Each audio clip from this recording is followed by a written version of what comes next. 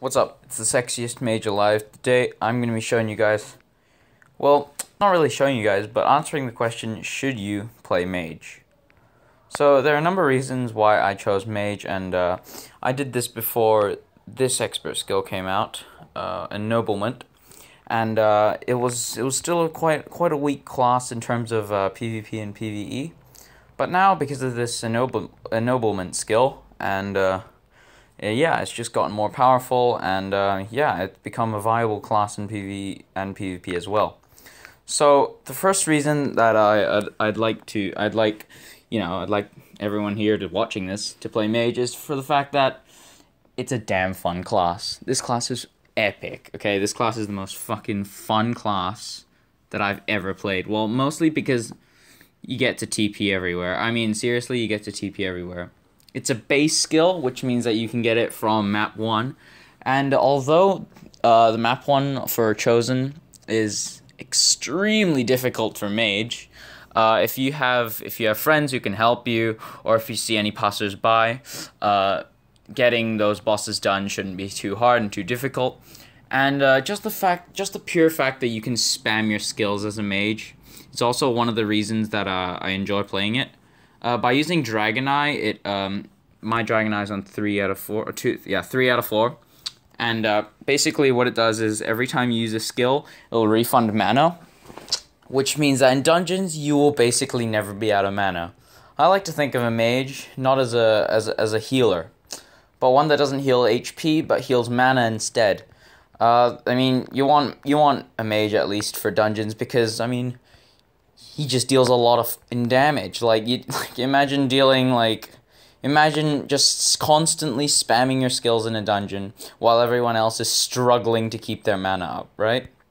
Now you can just heal everyone else's mana up. So yeah, mage has quite a lot of utility, and not only that, it has a lot of area damage, which is awesome. It's absolutely cool for 3v3 and 5x5, and also for wars. Time Warp deals damage in a small area. Of course, what the fuck it's called? Blazing Ground does damage in the 3x3 area, and of course, Shattered Stone does 3x3 area damage as well, and also gives a chance to stun. This is why you see a lot more mage players now, and the ennoblement basically allows you to resist any stun, any slow, basically anything that restricts you from doing what you want. Basically, for that 3 seconds that you're immune to all crowd control effects, you can basically do whatever you want. So you should be able to time this ennoblement skill to match, like, just before you go into a PvP fight, you want an ennoblement so that they can't put their stuns down and you can always get the first stun. You just time warp in, Shatter Stone, Fireball, and then Blazing Ground.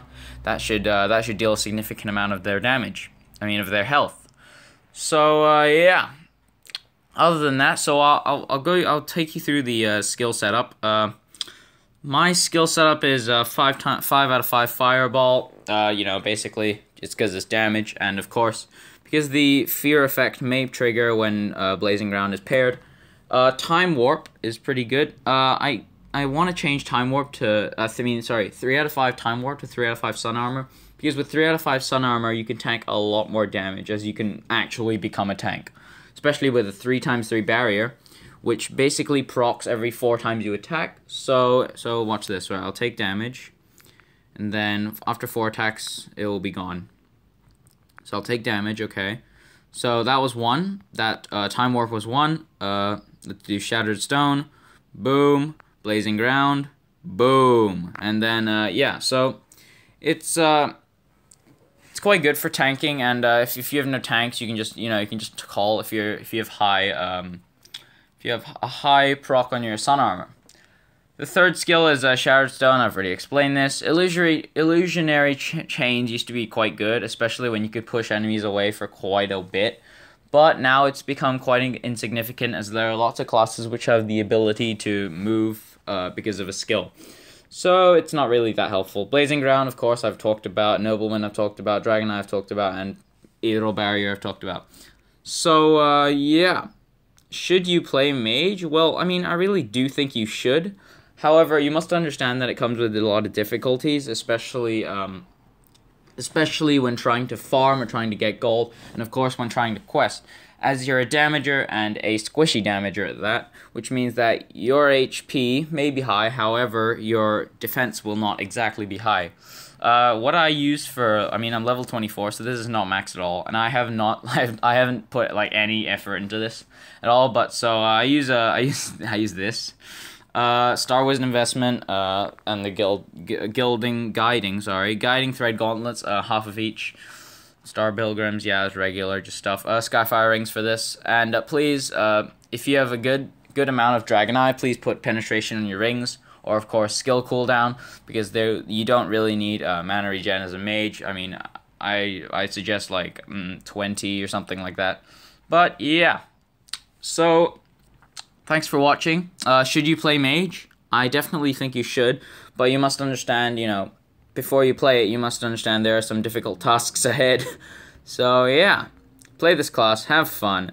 Peace out. Goodbye. And before goodbye, I'd like to ask you, if you made it to the end of the video, you know, just I want you to put down some comments just in the comment section below about ideas that I could do in the future, and also put the word War Spear down there so I can see that you made it to the end of the video. Okay, yeah, peace.